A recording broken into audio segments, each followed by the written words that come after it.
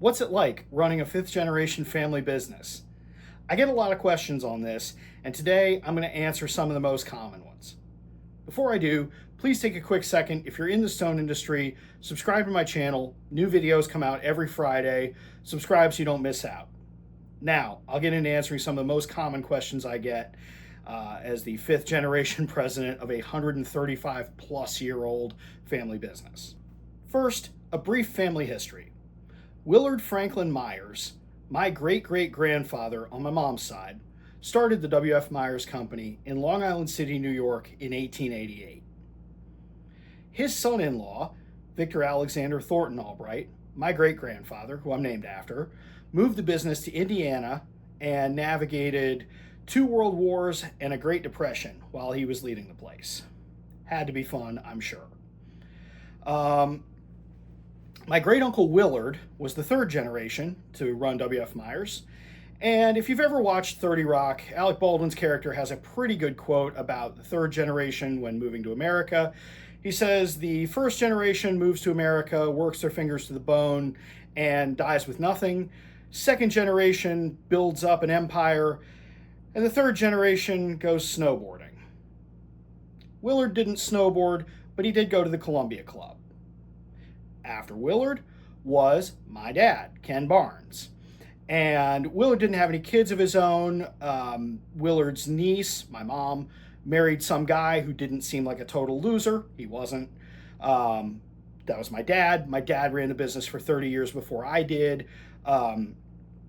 During my dad's time, we came out with some absolutely amazing inventions that are still carrying us forward to this day. So got to give my dad and his team a lot of credit for that. After 30 years of running it, he passed the baton, and here I am, and I'm 15 years into my stint at the helm here.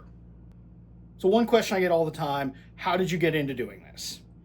Well, it's a family business. Obviously, I knew about it from a young age, but I went to college, graduated, didn't really have a great plan, got into teaching, taught for 3 years, loved parts of it, decided I didn't want to be a career teacher, went and got my MBA, and after I finished my MBA, again, didn't have anything lined up, came home on a temporary basis and looked around and saw a business in need of a cleanup. And I had just spent 2 years learning about business, and I thought, what the heck, why don't I try to help out here?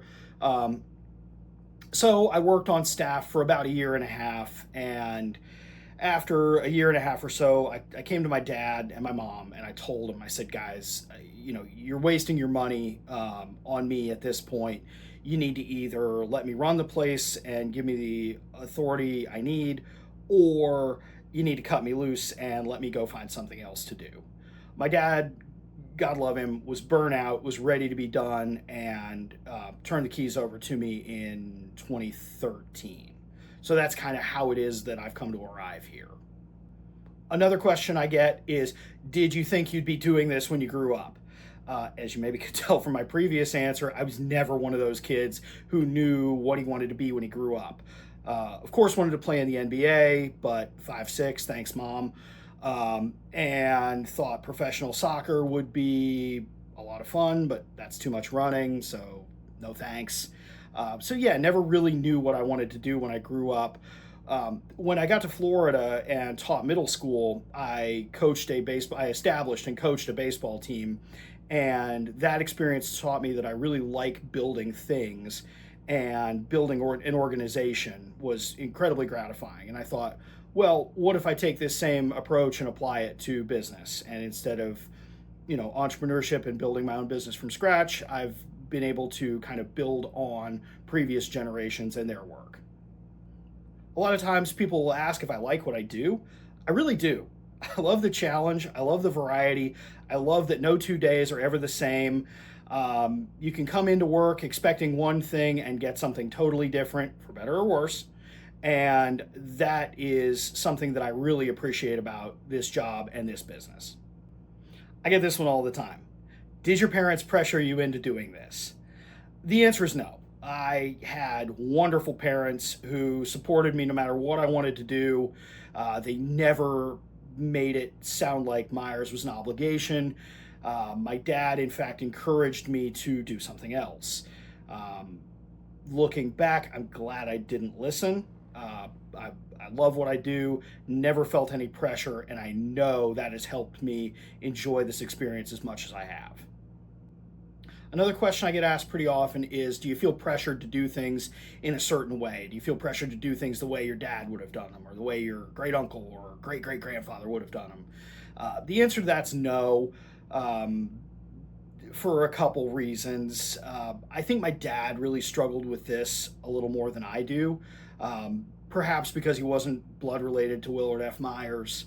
I don't know, but I know my dad always kind of kept in the back of his mind, "Oh, what would these old guys do?" I don't have time for that. You know what? When my time on Earth is done, if I go to the same place as them, perhaps we'll have a family meeting to air out what I've done wrong. But until then, yeah, I don't really care.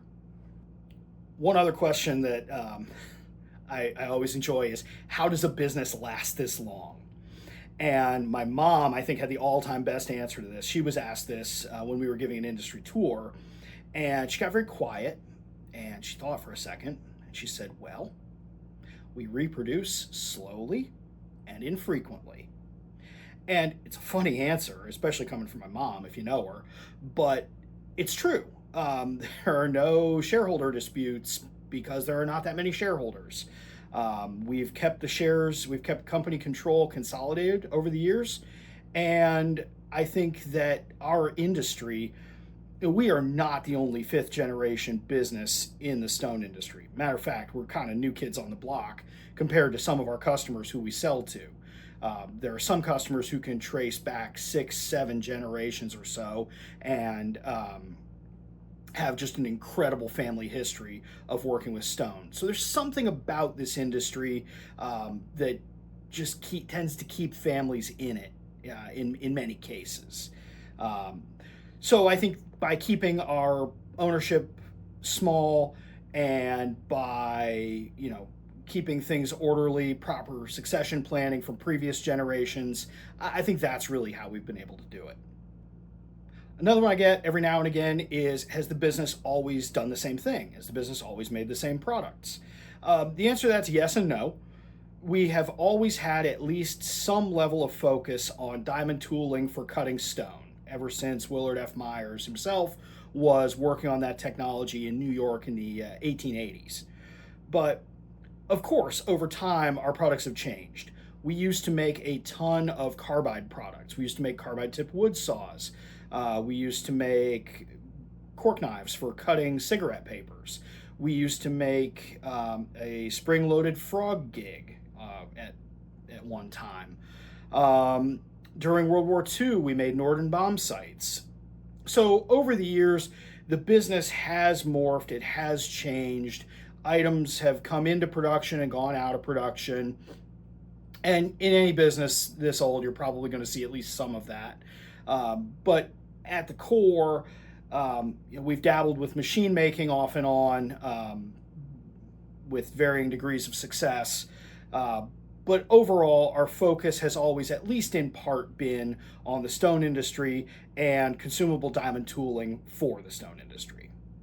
Another question that I get every now and again is, would you rather run an old business or start something new from scratch? And this is one I've gone back and forth with in my own mind as well.